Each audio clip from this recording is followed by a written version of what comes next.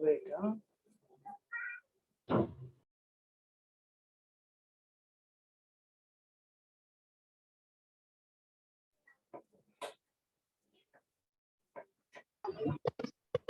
Okay. So we had started with the subject called BCK, Business and Commercial Knowledge, and as I said, it is a combination of two subject, a subject which is covered in FYGC and SYGC. Name is OCM, Organization of Commerce and Management.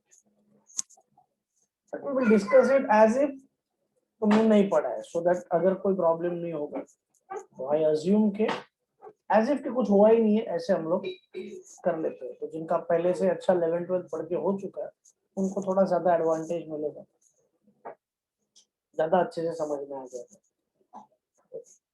ये flow chart देख लेते हैं, tree diagram देख लेते हैं, sorry not flow chart, tree diagram just देख लेते हैं.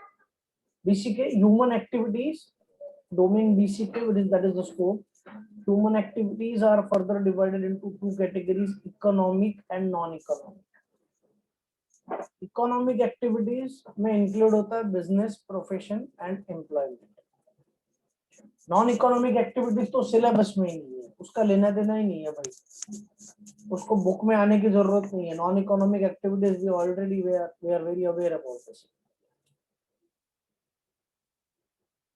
So we will have to focus on economic activities. अब इसमें तीन कैटेगरीज है, बिजनेस, प्रोफेशन, एम्प्लॉयमेंट, जो लास्ट लेक्चर थोड़ा सा डिस्कस किया था.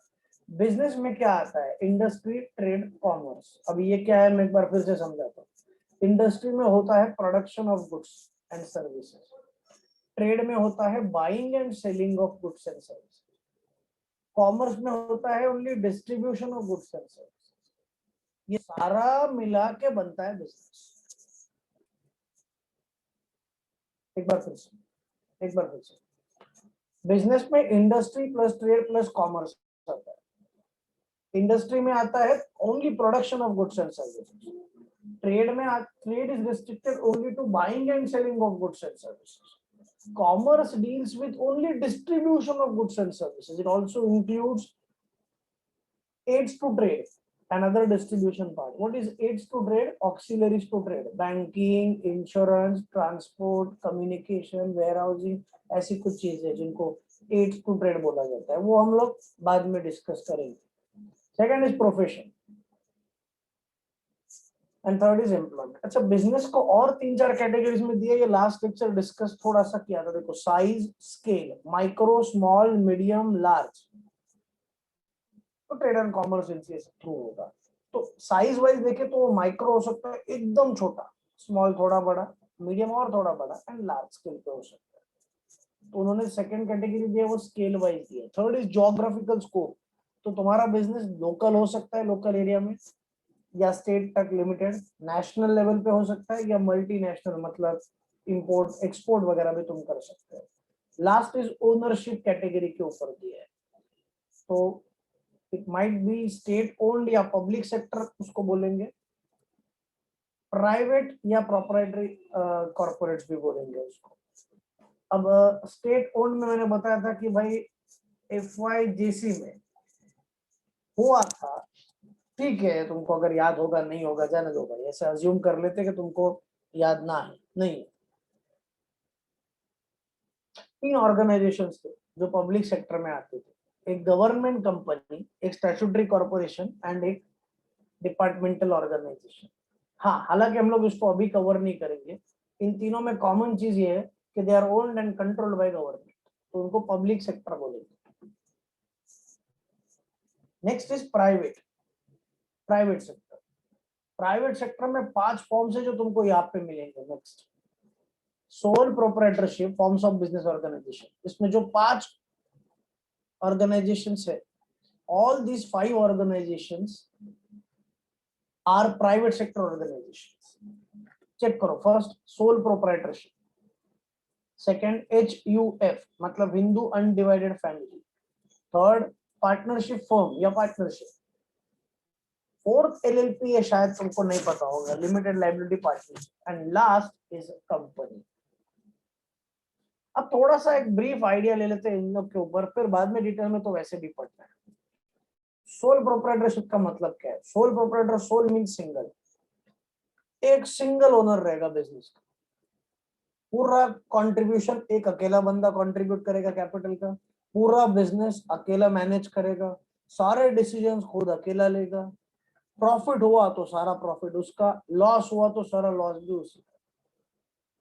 अब क्योंकि ये सबसे बड़ा एडवांटेज है 11th-12th ओसीएम का इससे, बीसीके से, क्योंकि बीसीके में तुमको ऑब्जेक्टिव्स है, एमसीक्यू वो खाली याद रख, तो तुमको बाय हार्ट तो करना नहीं है, तुमको हर एक कॉन्सेप्ट बड़े अच्छे से समझना है। अगर बड़े अच्छे से सब सारे कॉन्सेप्ट समझ जाओगे तो एमसीक्यूज राइट जाएंगे। तो सोल मीन सिंगल, अकेला बंदा होगा जो पूरा कैपिटल को कंट्रीब्यूशन करेगा, पूरा प्रॉफिट खुद का, पूरा लॉस खुद का, ये सारा सोल प्रोप्राइटरशिप का बेसिक मीनिंग है, वन मैन शो है। अच्छा एक और बात, एम्प्लॉयज हो सकते हैं ज्यादा, बेस्ट एग्जांपल इज वो जेठालाल, सोल प्रोप्राइटर, पूरा बिजनेस अकेला संभालता, तो वहां पे नटू काका है, वो एम्प्लॉय है, वो ओनर नहीं है, ओनर एक ही है, प्रोप्राइटर एक ही है, जेठालाल। एम्प्लॉयज दो हो सकते हैं, चार हो सकते हैं, पांच हो सकते हैं, 10 भी हो सकते हैं, ओनर एक ही है, तो वो सोल प्रोप्राइटरशिप में होगा। ये बात अच्छे से क्लियर कर ले, एम्प्लॉय ज्यादा हो सकते हैं, एम्प्लॉय को इंक्लूड नहीं करने का, only sole proprietor shall be included, owner, sole owner होता है।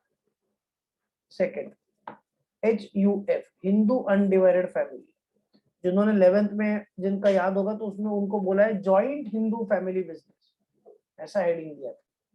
ये और ये वो एक ही है। हिंदू अनडिवाइडेड फैमिली मतलब क्या? एक्चुअली हिंदू अनडिवाइडेड फैमिली मतलब इट्स अ बिजनेस है, फैमिली बिजनेस है। नाउ फैमिली हिंदू होनी चाहिए, अनडिवाइडेड मतलब सर जॉइंट फैमिली होनी चाहिए, एक कॉमन एंसेस्टर होगा और उनके बेटे होंगे, बेटों के बेटे भी हो सकते हैं, उनके बेटे भी हो सकते हैं। हेड ऑफ द फैमिली होता है जिसको बोलते हैं karta, karta takes care of everything, मतलब is the sole decision maker, सारे डिसीजंस वो लेगा और बाकी सारे मेंबर्स को वो डिसीजंस मानने पड़ेंगे। और बाकी जो लोग होते हैं उनको बोलेंगे को पार्टनर्स, को पार्टनर्स। अब ये सर एक कर्ता लोकल टर्म लग रहा है और को पार्टनर्स तो सर इंग्लिश लग रहा है, ये ऐसा कैसे? तो कर्ता पहले से था, को पार्टनर्स नाम की कोई चीज थी नहीं, वो तो ब्रिटिशर्स ने अंडरस्टैंडिंग के लिए कि बाकी लोगों को भी नाम दे देते, इसीलिए को पार्टनर्स का नाम दे दिया, क्योंकि बाकी लोग तो है ना बिजनेस में, हेल्प तो कर रहे हैं लेकिन, और उनका स्टेक भी है, शेयर भी है, तो उनको भी एक नाम दे देते, तो उन्होंने बाद में नाम ऐड करवाया को पार्टनर्स। तो एक करता है, बाकी सब को पार्टनर्स। ओके, एक करता बाकी सब कार्यकर्ता नहीं, सॉरी को पार्टनर्स, एक करता बाकी सब को पार्टनर्स, सारे डिसीजंस करता लेगा, बाकी को पार्टनर्स को मानने पड़ेंगे। अच्छा ये बिजनेस कितना फैल सकता है? कितना भी फैल सकता है, जितनी बड़ी फैमिली हो उतना बड़ा बिजनेस हो सकता है। ओके, पर एक बात अभी फिलहाल याद रखो कि कर्ता सारे डिसीजंस लेता है। अच्छा इन दोनों, अच्छा ठीक है, वो बाद में डिस्कस करते हैं। सोल HUF तो क्लियर है। Third is partnership firm, two or more persons come together to do a particular business and they agree to share the profits of the business। भाई दो या दो से ज्यादा लोग आएंगे एक साथ, बिजनेस करेंगे और बिजनेस से जो भी प्रॉफिट आएगा वो मिल बांट के खाएंगे, इस चीज का एग्रीमेंट बनता है, उस एग्रीमेंट को पार्टनरशिप एग्रीमेंट बोलते हैं। अगर वो रिटर्न में हो तो उसको डीड भी बोलते हैं, ओरल भी हो सकता है, ओरल भी हो सकता है, हो सकता है, होता नहीं है पर हो सकता है। ये पार्टनरशिप है, दो या दो से ज्यादा लोग एक साथ आएंगे, क्या करेंगे? बिजनेस करेंगे और एग्री करेंगे, एक एग्रीमेंट बनाएंगे जिसके अकॉर्डिंगली जो भी बिजनेस से प्रॉफिट आएगा वो प्रॉफिट सब लोग शेयर करेंगे। प्रॉफिट शेयरिंग मतलब अज्यूम्ड है कि लॉस भी शेयर, अगर लॉस हुआ तो लॉस भी शेयर करना पड़ेगा, ये तो अज्यूम बात, प्रॉफिट शेयर करना पड़ेगा तो क्या लॉस भी तो शेयर करना पड़ेगा। वेट, ओके, सो ये पार्टनरशिप डिटेल में हम लोग सेपरेटली करने वाले हैं, मैं अभी फिलहाल सिर्फ इंट्रोडक्शन दे रहा हूँ। ये एक अगला कॉन्सेप्ट है एलएलपी। ये पार्टनरशिप जैसा ही है लेकिन ये पूरा अलग कॉन्सेप्ट है देखा जाए। Limited liability partnership. Partnership firm में सारे पार्टनर्स की लाइबिलिटी अनलिमिटेड होती है, यहाँ पे लिमिटेड होती है। Now what is limited liability, what is unlimited liability, वो करेंगे डिस्कस, थोड़ा रुकना। लास्ट इज कंपनी, इसको जॉइंट स्टॉक कंपनी भी बोलते हैं। एलएलपी मैंने ज्यादा डिटेल में नहीं बताया because I need some time to discuss that, वो धीरे धीरे समझेगा। लास्ट इज कंपनी, इसको जॉइंट स्टॉक कंपनी भी बोलते हैं। जॉइंट स्टॉक कंपनी कंपनी दोनों सेम है, एक बात पहले अच्छे से याद। कंपनी ये वर्ड आया है दो लैटिन टर्म से, कम एंड पानिश। कंपनी ये वर्ड आया दो लैटिन वर्ड से, कम एंड पानिश। कम मतलब कमिंग टुगेदर, एक साथ आना। कम मतलब कमिंग टुगेदर, एक साथ आना। पानिश मतलब ब्रेड, ब्रेड ब्रेड जो खाते हैं ना, ब्रेड। अभी इन दोनों वर्ड्स का क्या लेना देना सर, कुछ भी मतलब। ब्रेड एंड बटर के लिए मतलब रोजी रोटी कमाने के लिए ज्यादा लोग एक साथ आते हैं और एक बिजनेस स्टार्ट करते हैं, उसको नाम दिया है कंपनी। तो ये कम मतलब कमिंग टुगेदर एंड पानीज मतलब ब्रेड। पानीज मतलब हिंदी वाला पानीज नहीं, ऑब्वियसली लैटिन वाला पानीज मतलब उसमें ब्रेड। ब्रेड एंड बटर के लिए सब लोग एक साथ आ गए, बिजनेस स्टार्ट किया, कंपनी। अब it is very vast and the most difficult part two explain in पांचों में। सोल सिंपल है, छोटा सा है। एचयूएफ सिंपल है, छोटा सा है। पार्टनरशिप है, थोड़ा बड़ा है। एलएलपी ऑलमोस्ट पार्टनरशिप जितना। Company is a very vast.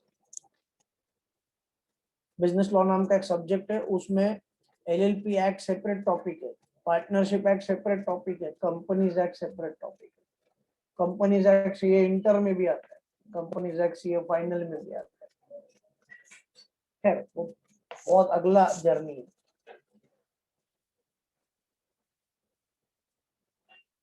Okay, so this is the basic meaning of sole proprietorship, HUF वगैरह वगैरह, फॉर्म्स ऑफ बिजनेस ऑर्गेनाइजेशन का बेसिक मीनिंग। वो तो भी मैंने एलएलपी अच्छे से बताया नहीं है अभी तक, वो हम लोग चलो अभी कर लेते हैं ताकि वो एलएलपी भी अच्छे से क्लियर हो जाए और फिर बाद में आगे बढ़ते। सुनो ध्यान दीजिए, लाइबिलिटी नाम के पॉइंट्स की अभी आज डिस्कशन करेंगे और उसको अच्छे से समझेंगे।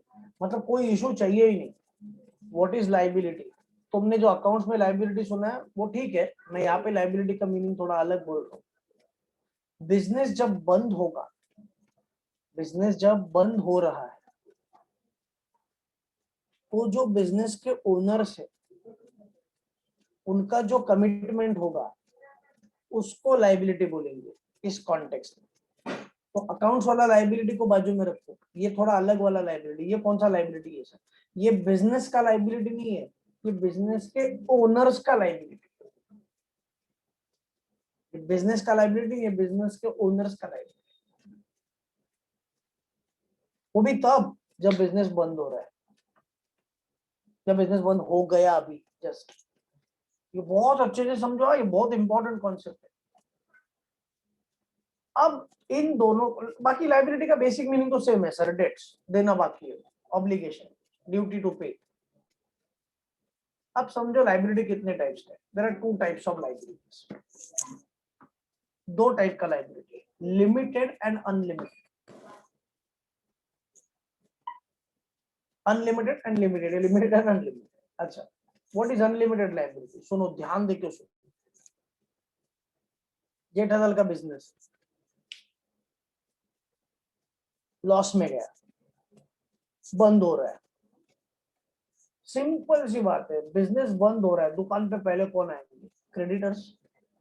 भाई तुम बिजनेस बंद करो, इससे हमको कोई लेना देना नहीं, हमको हमारा पैसा चाहिए, वो दे दो और हमको छुट्टी करो।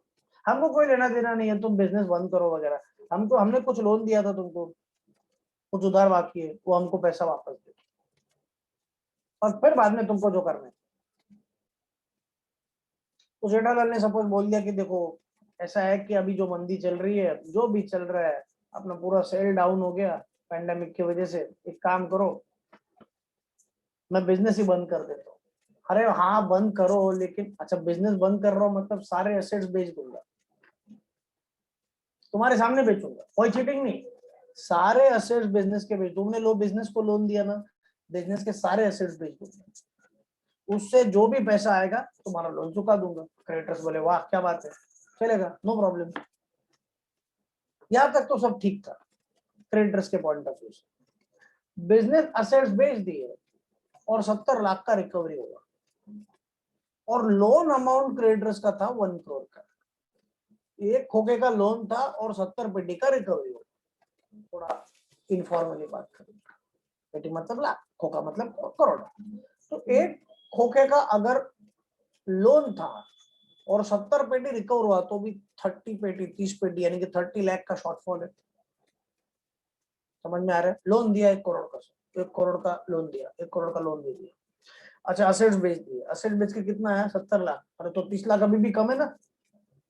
Now the thing is creditors can recover their amount from the personal property of the Jethalal. And if the answer to this question, if this is the question, and if the answer to this question is yes, this is called unlimited liability. मतलब sir समझा नहीं, मतलब ये है कि if the business assets are not enough, not sufficient, then creditors can recover their dues from the personal property of Jethalal or business owner. मतलब sir, मतलब ऐसा है ही नहीं कि बिजनेस असेट्स अलग और ओनर के असेट अलग, दोनों ही ले लो। और ऑब्वियस बात है क्रेडिटर्स पहले किधर आएंगे, बिजनेस में आएंगे। देखो हम चाहते ही नहीं कि तुम्हारे घर पे आके घर से रिकवरी करें, लेकिन तुम बिजनेस असेट से खाली 70 लाख दे रहे हो, 30 लाख अभी भी कम है, तो 30 लाख हम थोड़ी छोड़ेंगे, तो 30 लाख के लिए तुम्हारे घर पे आके तुम्हारी पर्सनल प्रॉपर्टी से हम लोग रिकवर करेंगे। कैसे करेंगे, क्या करेंगे वो है नहीं, हमको कोर्ट में जाना पड़ता है। वो इतना सिंपल नहीं है घर पे आ गए और घर का सारा सामान इधर उधर चलो भाई, ऐसा नहीं होता, कोर्ट का परमिशन चाहिए। लेकिन कहां से रिकवर करेंगे, पर्सनल प्रॉपर्टी, उसको मार के तो कुछ फायदा नहीं है जेठालाल, रिकवरी थोड़ी होगी, क्रेडिटर्स का गुस्सा निकलेगा बस। उनको गुस्से से क्या मतलब है, उनको पैसे चाहिए, पैसे किधर से मिलेंगे, personal property of Jethalal. This is called unlimited liability. और लिमिटेड क्या होता है सर, लिमिटेड का मतलब ये है कि बिजनेस असेट्स ही लायबल है, प्रोप्राइटर का पर्सनल असेट्स लायबल नहीं है, उसको लिमिटेड लायबिलिटी बोलते हैं। अब ये जो तुम 5 ऑर्गेनाइजेशंस देख रहे हो, इनमें से कुछ केसेस में अनलिमिटेड लायबिलिटी, कुछ केसेस में लिमिटेड लायबिलिटी।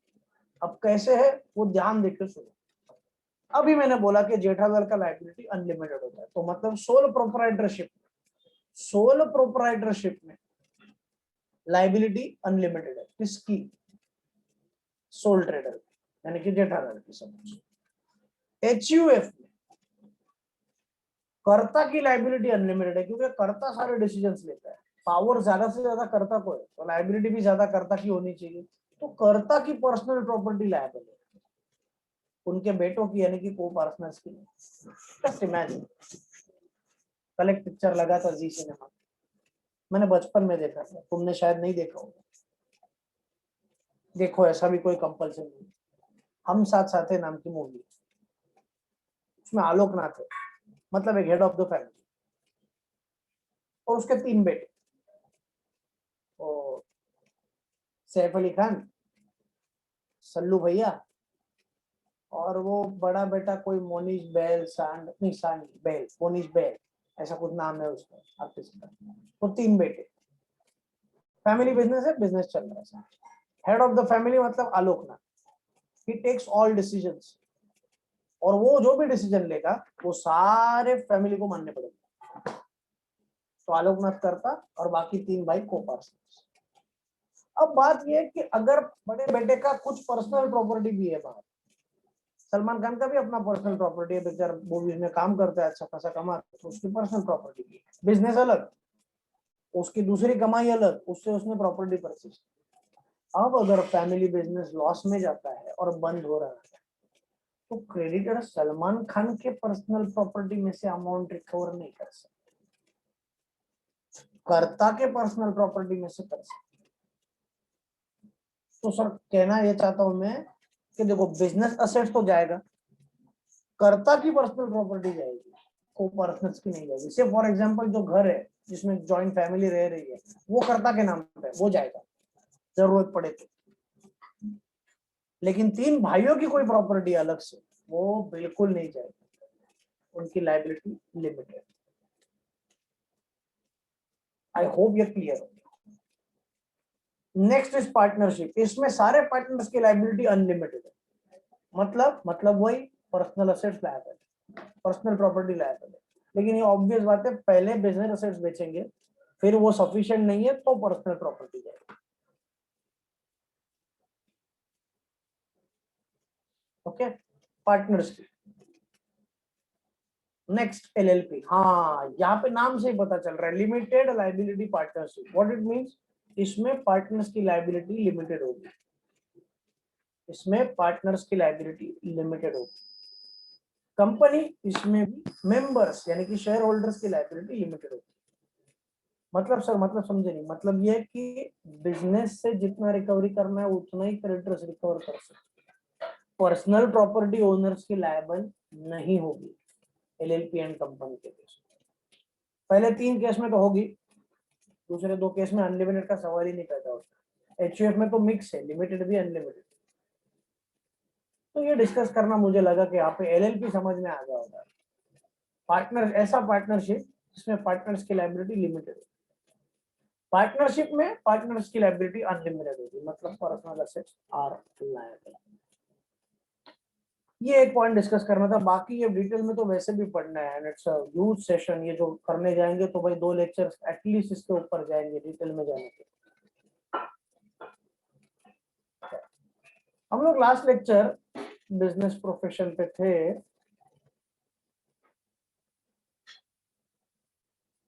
लॉजिस्टिक्स करवा लिया था, स्ट्रैटेजी बता दिया था। स्ट्रैटेजी मतलब शॉर्ट टर्म प्लान, लॉजिस्टिक्स मतलब मूवमेंट ऑफ गुड्स वगैरह, दोनों मिलिट्री टर्म्स है। ओके, इनबाउंड आउटबाउंड 2 टाइप्स के लॉजिस्टिक्स के। इनबाउंड मतलब भाई रॉ मटेरियल या इनपुट्स परचेस करना उसका, और आउटबाउंड मतलब फिनिश गुड्स यानी कि आउटपुट सेल करना। बहुत इंपॉर्टेंट है लॉजिस्टिक। बुल एंड बेयर का डिस्कशन हुआ था।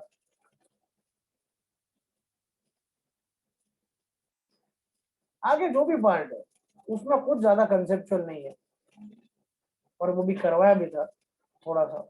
एफएमसीजी बताया था, फास्ट मूविंग कंज्यूमर गुड्स, उसके ऊपर शायद क्वेश्चन आ सकते हैं। याद रखो, जो बार बार चलते रहते हैं, मतलब बार बार लेने पड़ते हैं, उनको एफएमसीजी बोलते हैं।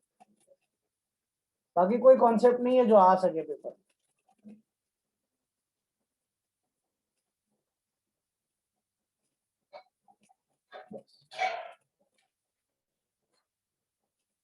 Self assurance, business is all around, we encounter it, it engages numerous transactions on daily basis. Non-commerce background is not a handicap. भाई तुम कॉमर्स से नहीं हो, साइंस से हो, तो इसका मतलब ये नहीं है कि तुम बिजनेस नहीं कर सकते, तुमको भी बिजनेस कर सकते हो। If you add humanities, then there are several bridges connecting with business. Economics for sure, history of daily lives and livelihoods. Geography, the resources, the occupation. Psychology, sociology, understanding human behavior. Leverage the electric nature of peace. समझ में नहीं आया, मतलब ये कि भाई ये सारी चीजों को तुमको स्टडी करना पड़ेगा, और अकॉर्डिंगली तुमको लेवरेज यानी कि डिसीजन मेकिंग करनी पड़ेगी। रिस्क वगैरह फैक्टर्स कंसीडर करके उसको लेवरेज बोलते हैं। बेसिकली लेवरेज का मतलब एक कैलकुलेटेड रिस्क लेना।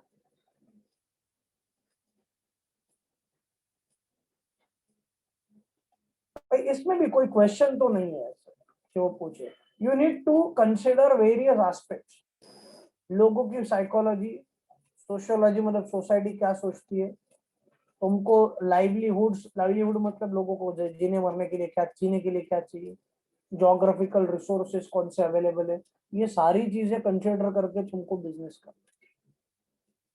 उसके बाद observation and experience are the best guides. भाई जो तुम ऑब्जर्व करोगे और जो एक्सपीरियंस लोगे वो तुम्हारा सबसे बड़ा गाइड है। अनुभव, एक्सपीरियंस मतलब, और ऑब्जर्वेशन मतलब तुम जो आजू बाजू में देखते हो। कॉन्शियस, तो you should be conscious enough आजू बाजू क्या चल रहा है, क्योंकि आजू बाजू जो चल रहा है वही तुमको बिजनेस आइडिया देगा। May be an article in newspaper, TV commercials, business news, कहीं मॉल पे विजिट कर लिए, नेट पे ब्राउज कर लिया, स्मार्टफोन ऐप पे देख लिया, ये आइडियाज देने के लिए। Each one of us have 6 honest servants. Rudyard Kipling नाम का एक बंदा, मैनेजमेंट एक्सपर्ट, जिसने ये क्वेश्चन दिए, देखो, I keep 6 honest serving main, they taught me all I knew. उस बंदे ने जो सीखा है वो 6 लोगों से सीखा है। Their names are what, why, when, how, where and who. अगर इसको सिंप्लीफाई करें तो what to produce, why to produce, क्यों करोगे बिजनेस, व्हेन टू प्रोड्यूस, कब करोगे, हाउ, कैसे करोगे, कहां पे करोगे, किसके लिए करोगे। इन सारे क्वेश्चंस का आंसर अगर तुम्हारे पास रेडी है, बात खत्म। एक्सेप्ट फ्रॉम एलिफेंट चाइल्ड नाम का एक बुक है, उसके ऊपर, उसमें से उन्होंने ये पैराग्राफ दिया है। We may therefore wear our looking glasses and set out on an exploratory journey. बहुत बड़े जर्नी पे जाना है। ये 6 क्वेश्चंस का आंसर देखना पड़ेगा। How to produce, what to produce, how to produce, when to produce, where to produce, for whom to be produced, किसके लिए प्रोड्यूस करना। Practice and improvements via reflective thinking. We may maintain a daily journal of BCK wherein we record our observations and organize. हम रोज notice करेंगे वो चीजें हम note down कर सकते हैं कि हमको काम आएगा नॉलेज। ये क्वेश्चंस क्या पूछेंगे सर पेपर में? नहीं यार, खाली ऑथर का नाम याद रख लो, और क्या पूछेंगे? इसके ऊपर कुछ क्वेश्चन स्कोप नहीं है। ये जो उन्होंने जो भी ये पार्ट दिया है, ये बेसिकली ऐसे ही दिया है इंट्रोडक्शन के लिए। एग्जाम वाइज तो बात आगे बढ़ेगी, और ये भी डिस्कशन थोड़ा सा हुआ था, human activities, economic and non economic, अच्छे से समझो। ये चालू होता है, एक्चुअली चालू होता है यहाँ पे, लेकिन इसके ऊपर देखो, इन फैक्ट द मोटिव और the intent behind any activity such a singularity strong determinant of the economic and non-economic dichotomy. What is dichotomy? एक दूसरे के अगेंस्ट जाने वाले दो बिहेवियर। अगर तुम इकोनॉमिक फैक्टर्स के बारे में सोचोगे तो नॉन इकोनॉमिक फैक्टर्स को बुरा लगेगा, लाइक सोशल फैक्टर्स। दोनों को साथ में रह के तुमको काम करना है। मतलब सर, मतलब तुमको इकोनॉमिक्स भी देखना है और सोशल पार्ट भी देखना है। If I engage in homemaking, cooking, housekeeping for my family, मतलब मैं होम मेकिंग, चलो सोसाइटी के बारे में नहीं, घर के बारे में सोचता हूँ, तो मेरा बिजनेस अफेक्ट, तो मेरा नॉन इकोनॉमिक एक्टिविटी होगा। If I do so for others for an income, the same activity would be deemed to be an economic activity. या तो मैं इकोनॉमिक कर सकता है तो नॉन इकोनॉमिक, दोनों करना मुश्किल। However, the world needs to understand that if we wish the best minds, hearts, and souls to work for a solution of problems facing the humanity, we must find ways of offering them best rewards and compensations.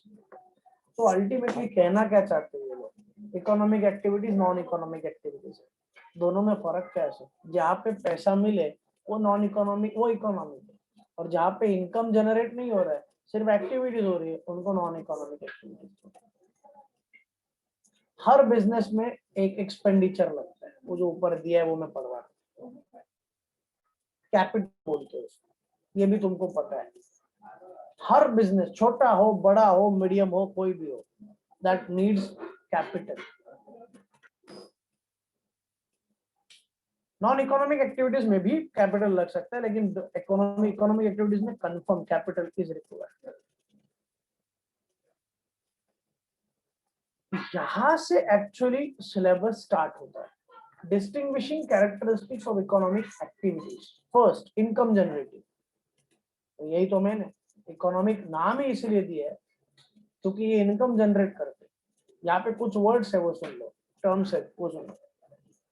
अच्छा पहले पढ़ लेते चलो। One में earn livelihood in several ways, या तो तुम manufacturing करो, या रीसेल करो मतलब खरीद के वापस बेचो, या एम्प्लॉयमेंट करो मतलब किसी कंपनी में ज्वाइन हो जाओ एज एन एम्प्लॉय, या किसी को प्रोफेशनल सर्विसेज प्रोवाइड करो, कुछ भी करो। ये सारी एक्टिविटीज इकोनॉमिक एक्टिविटीज में आती है। मैन्युफैक्चरिंग मतलब बिजनेस हो गया, रीसेलिंग मतलब ट्रेड हो गया, एम्प्लॉयमेंट बात ही सिंपल, प्रोफेशनल सर्विस मतलब प्रोफेशन हो गया, इनमें से कुछ भी काम करो, सारे एक्टिविटीज इकोनॉमिक एक्टिविटीज ही है। Income earned by rendering personal time, physical and psychic energy, in other words though one sweat, खून पसीना, and intellect, दिमाग, is called an income, and the income earned by letting out one's property is called property income.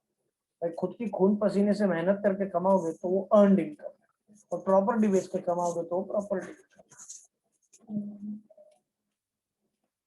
Property rent पे दो या बेचो और कमाओ, वो प्रॉपर्टी इनकम है। याद रखो, प्रॉपर्टी बेच के या रेंट पे कमाऊंगा तो प्रॉपर्टी इनकम है, खुद मेहनत करके कमाऊंगा तो उसको अर्नड इनकम बोलेंगे।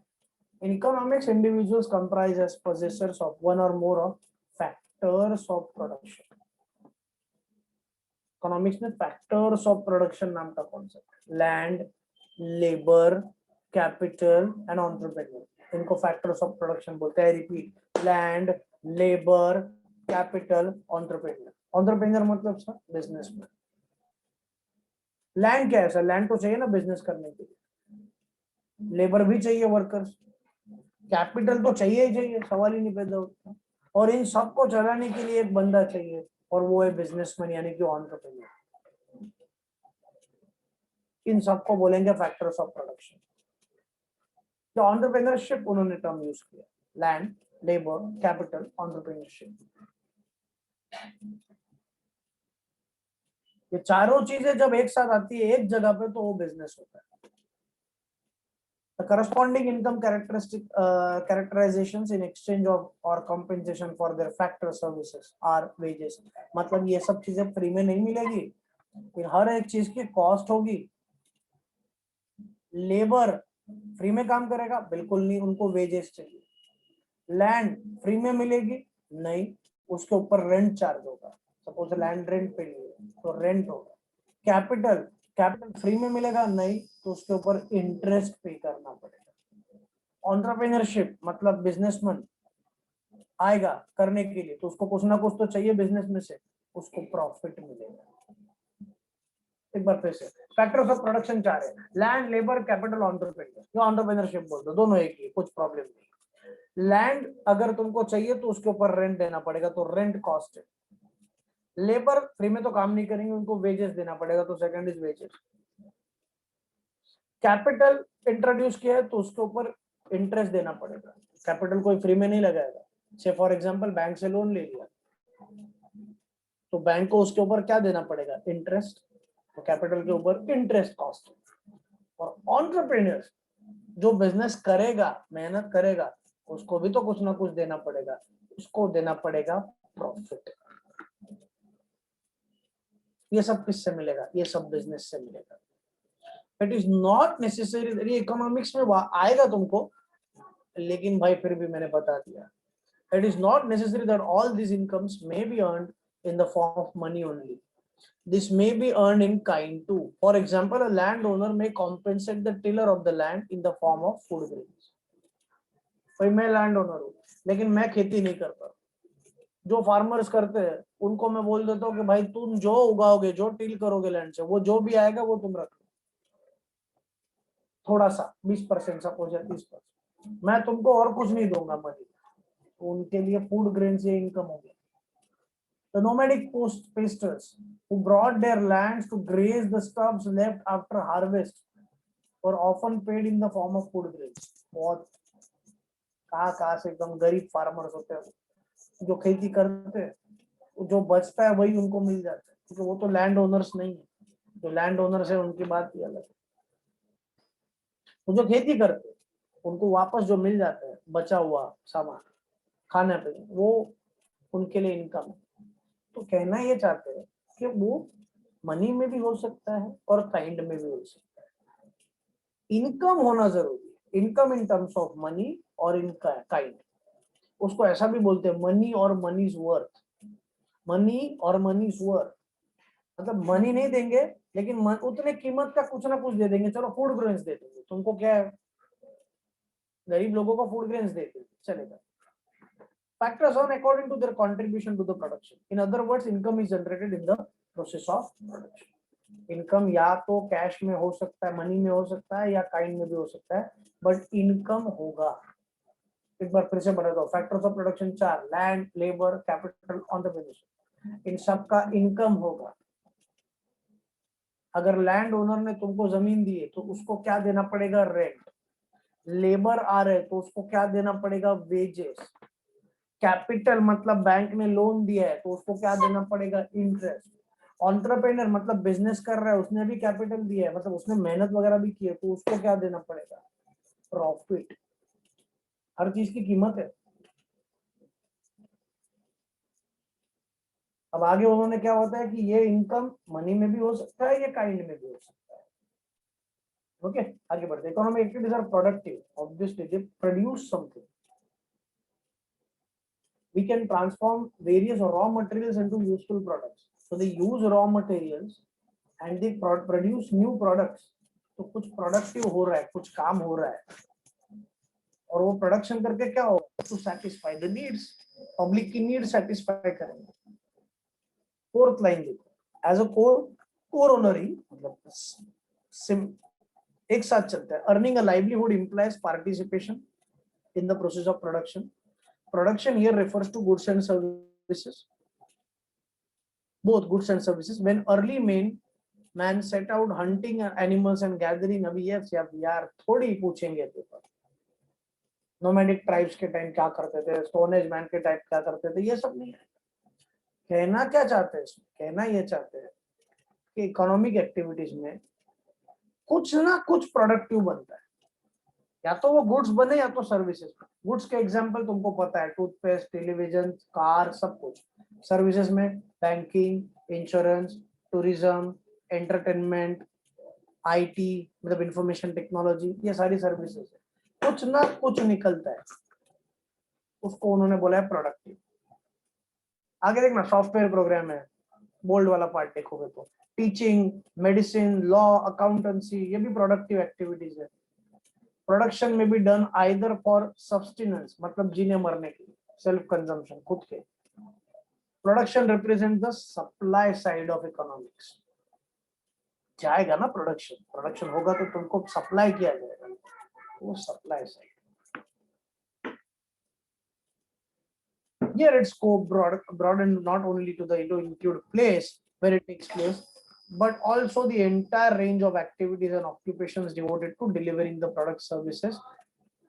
और क्योंकि ये सब चीजें आ गई है, ट्रांसपोर्ट, वेयर हाउसिंग, इंटरमीडियरीज, इनकी वजह से ट्रेड बहुत वास्ट हो चुका है। पहले लोकल एरियाज में होता था, अभी वो वास्ट हो चुका है। ट्रांसपोर्ट की वजह से यहाँ से गुड्स यूएस में भी जा सकते, यूएस से गुड्स यहाँ पे भी आ सकते। वेयर हाउसिंग क्या है सर? वेयर हाउसिंग तुमने सुना होगा, स्टोरेज होता है यहाँ पे गुड्स, तब तक जब तक मार्केट से डिमांड ना आए।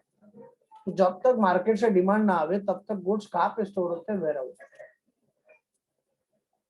वेयर हाउस की मदद से भी भाई ज्यादा प्रोडक्शन वगैरह हो सकता है। इंटरमीडियरी, इसमें क्या आता है देखो, दिया wholesaler, dealer, retailer etcetera.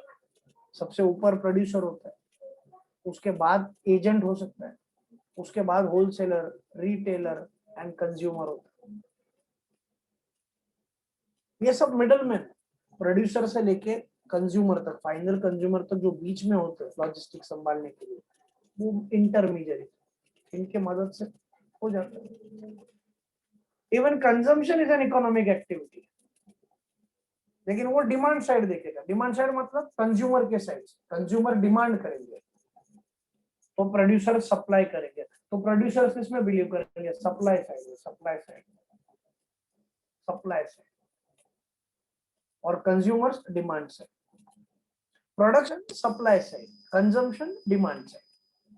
Production, ये भी एमसीक्यू आ जाएगा, प्रोडक्शन सप्लाई साइड, प्रोडक्शन करके सप्लाई करना है, और कंजम्पशन डिमांड साइड, यस हमको और चाहिए कंजम्पशन करके, तो consumption demand side, demand side, demand side, production supply side, consumption demand side. Consumers demand करेंगे, बायर्स डिमांड करेंगे, और तुमको प्रोड्यूस करने पड़ेंगे accordingly. Next is savings, investment and wealth.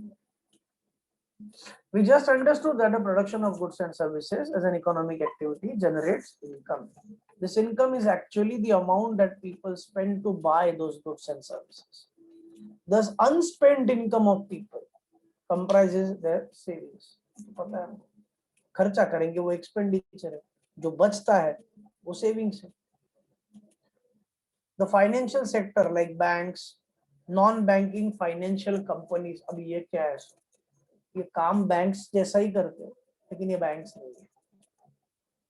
ये मतलब समझा नहीं सर. देखो बताता हूँ. मुथूट फाइनेंस नाम सुना हो, DHFL कुछ साल पहले नाम सुना होगा. ये सब काम क्या करते हैं? ये सब बैंक्स की तरह लोन देते हैं, लेकिन ये बैंक्स नहीं है. उनको नॉन बैंकिंग फाइनेंशियल कंपनीज बोलते हैं. काम तो फाइनेंस का ही करते हैं बैंक जैसा, लेकिन बैंक नहीं. तो बैंक और इसमें बेसिक क्या फर्क है सर? बैंक डिपॉजिट लेता है और लोन देता है. Saving account, current account, deposit लेता है और लोन देता है. ये डिपॉजिट नहीं लेते, ये खाली लोन देते हैं. इनके पास पैसे कहाँ से आते हैं सर? शेयर्स इशू करते हैं. शेयर्स इशू करते हैं. उनसे जो कैपिटल आता है वो कैपिटल यूज होता है लोन देने के लिए. Non banking financial companies. Mutual funds सुना तो होगा. ये पब्लिक से पैसा लेते हैं, मार्केट में वगैरह इन्वेस्ट करते हैं, खुद भी कमाते हैं, पब्लिक को भी देते हैं, इन्वेस्टर्स को भी देते हैं. Mutual funds. Dealers in stock market मतलब जो स्टॉक मार्केट में डीलिंग करते हैं. रियल एस्टेट में डील करते हैं, मतलब लैंड या फ्लैट्स में. गोल्ड में डील करते हैं. Are the channels through which the savings are converted into investment. ये क्या है सर? ये सोर्सेस है जहां पे तुम सेविंग्स को इन्वेस्टमेंट में कन्वर्ट करोगे. सेविंग नहीं तो घर पे पड़ा रहेगा, ऐसे ही रखोगे तो. और मनी ऐसे ही आइडल रहा तो उसकी वैल्यू कम हो जाती. मनी को कहीं पे ना कहीं पे इन्वेस्ट कर भाई, नहीं तो उसकी वैल्यू कम हो जाती. या तो उसको बैंक में रख, कुछ तो ब्याज मिलेगा. नॉन बैंकिंग फाइनेंशियल कंपनीज में इन्वेस्ट कर, म्यूचुअल फंड्स में लगा, स्टॉक मार्केट में लगा, रियल एस्टेट में इन्वेस्ट कर, गोल्ड में इन्वेस्ट कर, कहीं ना कहीं पे तो इन्वेस्ट कर. These are the sources. और भी है एटसेट्रा. तो ये क्या है? इसको हम सेविंग को इन्वेस्टमेंट करने के sources are the channels through which the savings are converted into investment. And obviously वो अपनी फिर प्रॉपर्टी बनती है, मतलब वेल्थ बनती है. अरे कितना अच्छा हुआ यार, 2 साल पहले कंपनी के शेयर्स खरीद लिए, या लॉकडाउन होते होते मतलब मार्केट नीचे गया था तब शेयर्स खरीद लिया टाटा स्टील के, अच्छा हो गया. अरे यार ट्रिपल डबल ट्रिपल प्रॉफिट आया. तभी बुक किया था तो मेरे को एग्जैक्ट शेयर प्राइस नहीं पता, सपोज 400 रुपए में बुक किया, अभी उसका प्राइस 1200 हो गया. हाँ हाँ हाँ, कितना अच्छा किया. तो उससे क्या हो गया? मेरी वेल्थ बढ़ गई. The corporate sector and the government borrow these savings via shares, debentures, bonds, etc. Corporate sector मतलब कंपनीज. ये क्या करते? शेयर्स इशू करते और बदले में हम उनको कैश देते. हमारी जो सेविंग्स है वो उनको दे देते. The corporate sector also government bodies saving shares वगैरह and invest these into creating, operating civil, military, business, infrastructure and other productive pursuit for the country. Ultimately इसका फायदा कंट्री के डेवलपमेंट को होता है. Thus, all in all, economic activities add to saving, investment, wealth in the economy. Ultimately फायदा पूरे economy का होता है इकोनॉमिक एक्टिविटीज की वजह से. लोग कमाएंगे, खर्चा करेंगे, इकोनॉमी बढ़ेगा. उसको जीडीपी भी बोलते हैं. तो जितना लोग स्पेंड ज्यादा करेंगे उतना जीडीपी बढ़ता है. जीडीपी जब बोलते हैं ना हम लोग घट गया या रेट घट गया, इसका मतलब ये कि लोगों ने ज्यादा खर्चा ही नहीं किया क्योंकि लोगों के पास पैसा ही नहीं. अगर लोगों के पास पैसा ज्यादा होता है तो लोग ज्यादा पैसा खर्चा करते हैं, इकोनॉमी बढ़ती है, बूस्ट होती है. लोग सेव ज्यादा करते हैं, लोग इन्वेस्टमेंट करते हैं, इससे भी इकोनॉमी बढ़ती है. अल्टीमेटली वो पैसा मार्केट में आ जाता है और वो पैसा यूटिलाइज होता है कंट्री के डेवलपमेंट के लिए. Business as an economic activity. We have seen that market oriented a production other than production for self consumption, मतलब खुद के लिए जो कंजम्पशन होता है वो नहीं. मार्केट ओरिएंटेड मतलब मार्केट में मुझे बेचना है, represent supply side of economics. or consumption, demand side of economics. It is common to refer to shift from the subsistence driven production towards market driven production as commercialization of production or production. पहले क्या करते थे, सारे लोग सिर्फ अपने लिए produce करते थे, स्पेशली फार्मिंग का एग्जांपल लेते, तो वो क्या है सर, वो सब्सटेनेंस है, खुद के सस्टेन करने के लिए हम प्रोड्यूस करते हैं। फिर बाद में वो ज्यादा बनाने प्रोड्यूस करने लगे, मार्केट में सप्लाई साइड आ गया। ओके, वापस वही डिफाइन किया, देखो प्रोडक्शन सप्लाई साइड, फोर्थ या fifth line, second third fourth fifth line check करो, supply side and demand side, supply side and demand side. Wait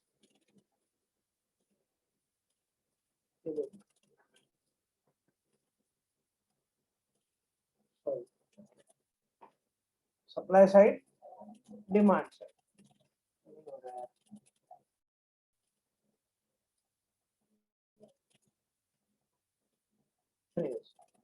can be then achieved. With this background, we can now attempt a three-tier definition of business.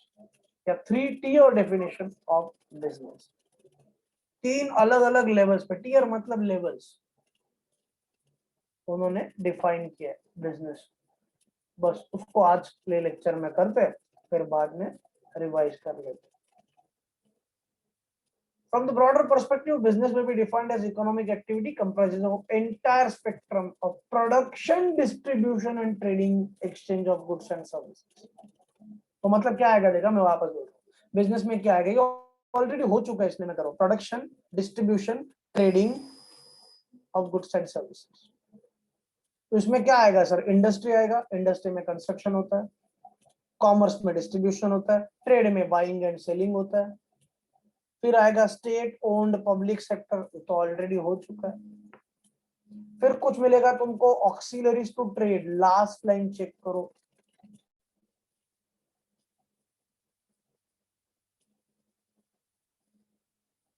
क्यों नहीं हो रहा है पता नहीं यार, वो रॉ मैं नहीं कर पा रहा।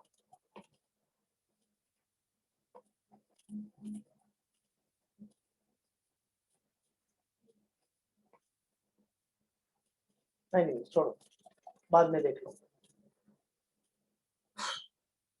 तो वापस वही है भाई, सब कुछ चीजें वैसे के वैसे रिपीट किए। बिजनेस में क्या आता है, इंडस्ट्री, इंडस्ट्री में क्या आएगा, प्रोडक्शन, कॉमर्स में आएगा डिस्ट्रीब्यूशन, ट्रेड आएगा, ऑक्सिलरीज टू ट्रेड आएगा, ऑक्सिलरीज टू ट्रेड में क्या आएगा, वो लास्ट लाइन पे मिल जाएगा, banking, general insurance, transport, warehousing etcetera. इसमें और भी कुछ आता है, बैंकिंग आएगा, इंश्योरेंस आएगा, ट्रांसपोर्ट आएगा, वेयर हाउसिंग आएगा, डीलरशिप भी आएगा, एजेंट, एडवर्टाइजमेंट्स भी आएगा। ये सारे सपोर्टिव एलिमेंट्स, ये अगर प्रेजेंट है तो तेरा इंडस्ट्री या ट्रेड अच्छे से काम करेगा, क्योंकि बैंकिंग तो चाहिए लोन वगैरह के लिए, अकाउंट ओपन करने के लिए, फैसिलिटीज के लिए, इंश्योरेंस तो चाहिए रिस्क कम करने के लिए, ट्रांसपोर्ट तो चाहिए माल भेजने के लिए, गुड्स यहाँ से वहां, रॉ मटेरियल खरीदने के लिए, वेयर हाउसिंग तो चाहिए गुड्स स्टोर करने के लिए, एडवर्टाइजमेंट तो चाहिए भाई, विदाउट एडवर्टाइजमेंट लोगों को पता कैसे चलेगा कि हम, ये सारे ऑक्सिलरीज टू ट्रेड में।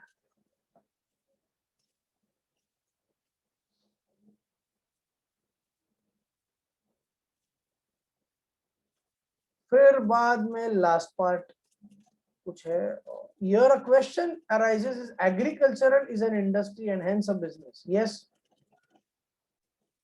or it depends? Depends कैसे सर? अरे भाई सिंपल सी बात है, एकदम सिंपल बात है। अगर मैं प्रोड्यूस खुद के लिए, सेल्फ कंजम्पशन के लिए फार्मिंग कर रहा हूँ तो वो बिजनेस नहीं है, लेकिन अगर मैं बेच रहा हूँ तो वो बिजनेस है। एक बात अच्छे से याद रखो कि एग्रीकल्चरल इनकम पे कोई टैक्स नहीं है, पूरा एग्जम्प्ट है। बाकी सारे बिजनेस के ऊपर टैक्स होता है, कम हो ज्यादा हो, लेकिन टैक्स होता है, टैक्स होता है। बिजनेसेस के ऊपर डिपेंड है, किसी बिजनेस पे कम होता है, कुछ बिजनेस पे ज्यादा हो सकता है, कुछ बिजनेसेस को गवर्नमेंट की तरफ से कंसेशन मिलता है, लेकिन एग्रीकल्चर पे कोई कंसेशन वगैरह सवाल ही नहीं है, पूरा पूरा टैक्स ही माफ है, फुल एग्जम्प्ट। तो agriculture income is a tax free income. Thus, for our purpose, agriculture does not comprise industry and hence business. However, the industries where agricultural produce is processed, like pulses, spices, wheat to flour, and whose key material ingredient is agricultural produce, they are industry. तो farming industry होनी चाहिए भाई, institute के हिसाब से तो वो मान रहे कि भाई इंडस्ट्री नहीं है। लेकिन अगर तुम एग्रीकल्चरल प्रोड्यूसेस को यूज करके कुछ दूसरा प्रोड्यूस बना रहे हो, फॉर एग्जांपल मैंगोज आ रहे हैं तो मैंगोज का तुम लोग अचार बना रहे हो, तो वो industry. For example the extraction of edible oil from rice bran, चावल के दाने होते हैं उसमें से राइस ब्रान से जो ऑयल बनता है, वो ऑयल बनने का पार्ट वो इंडस्ट्री, राइस बनने का part as per institute industry नहीं है। Mustard, coconut, soybean represents agro based industries।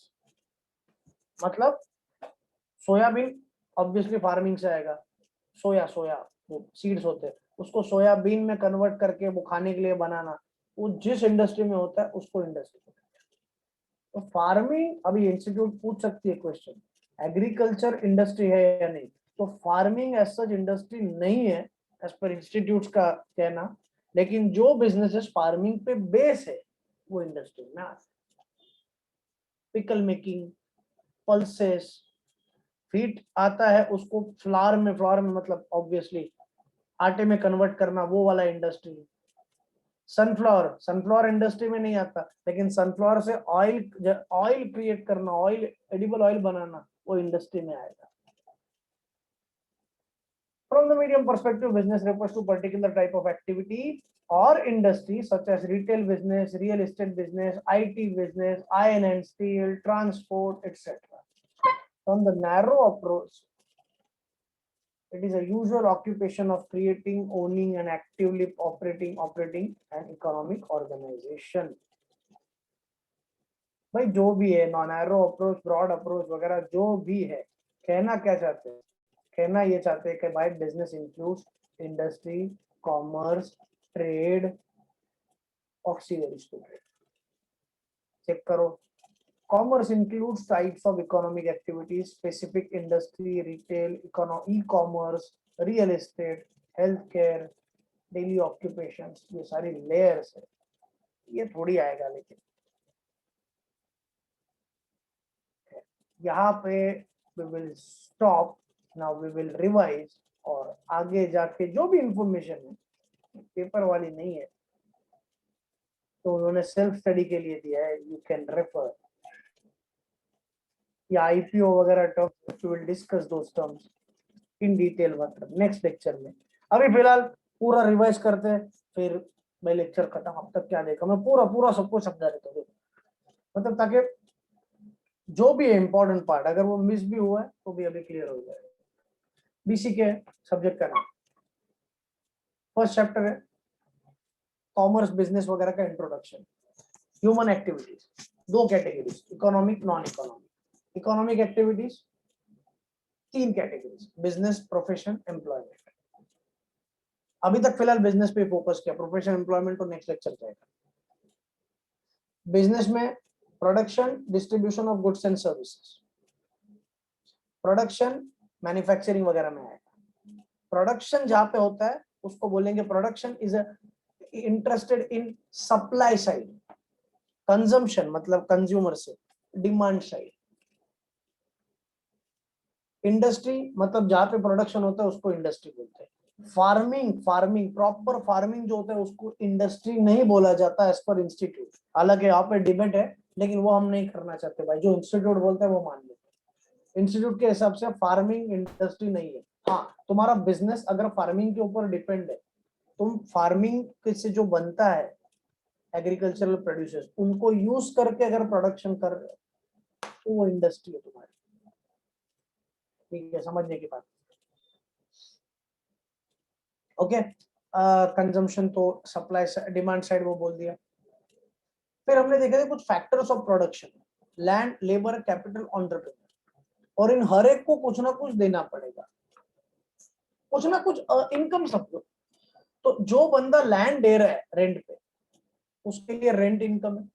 जो लेबर दे रहा है, अपना मेहनत मजदूरी कर रहा है, उसके लिए वेजेस इनकम है, जो कैपिटल दे रहा है उसके लिए इंटरेस्ट इनकम है, और जो भाई मेहनत कर रहे हैं सबके लिए एंटरप्रेन्योर उसको प्रॉफिट इनकम है।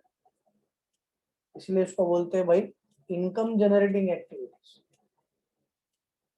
हालांकि इनकम जनरेटिंग एक्टिविटीज है, लेकिन इनकम मनी में होना जरूरी नहीं है, काइंड में भी हो सकता है, ये भी हमने देखा। काइंड भी हो सकता है, मनी में भी हो सकता है, लेकिन इनकम जनरेट होना चाहिए तो ही वो बिजनेस हो सकता है।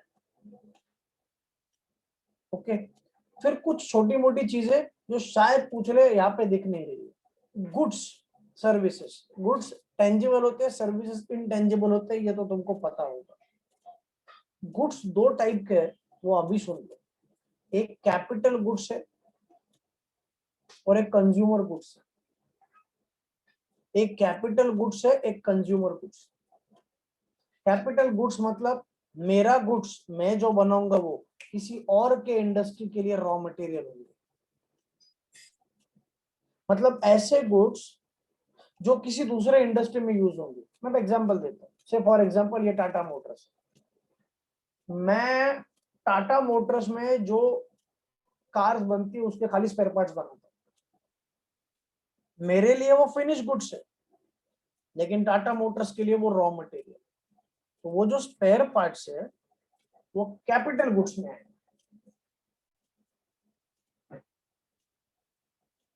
और टाटा मोटर्स जो कार बना के रेडी कर देगा और फाइनल कंज्यूमर को बेचेगा, वो car finish goods consumer goods में आएगा। ये याद रखो, शायद पूछ भी ले।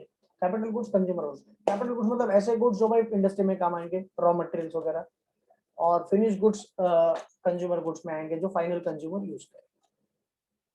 Okay, land labour capital entrepreneur का भी हो गया, ये भी बता दिया गुड्स के टाइप से। सर्विसेज का तो एग्जांपल बता दिया, टूरिज्म है, बैंकिंग है, आईटी है, एक्सेट्रा। ओके, अच्छा ये मुझे थोड़ा रहा नहीं जा रहा है, इसके बारे में थोड़ा सा इंफॉर्मेशन दे देता हूँ। डेटा वगैरह कुछ नहीं आएगा पेपर में। आईपीओ मतलब इनिशियल पब्लिक ऑफर। ये जो आईपीओ दिख रहा है तुमको राइट हैंड साइड पे जो ड्राइंग दिया उसमें, that stands for initial public offer. Company, public limited company general public को अप्रोच कर रही है कि आओ और शेयर्स में इन्वेस्ट करो, हम आपको शेयर्स देंगे। शेयर मतलब क्या सर? शेयर मतलब भाई तुम शेयर्स खरीदो, तुम कंपनी के ओनर बन जाओगे। कंपनी का पूरा कैपिटल छोटे छोटे पार्ट में डिवाइड होता है। मैं नेक्स्ट लेक्चर वापस इसको कंटिन्यू करूंगा। उस हर एक पार्ट को शेयर बोलते हैं।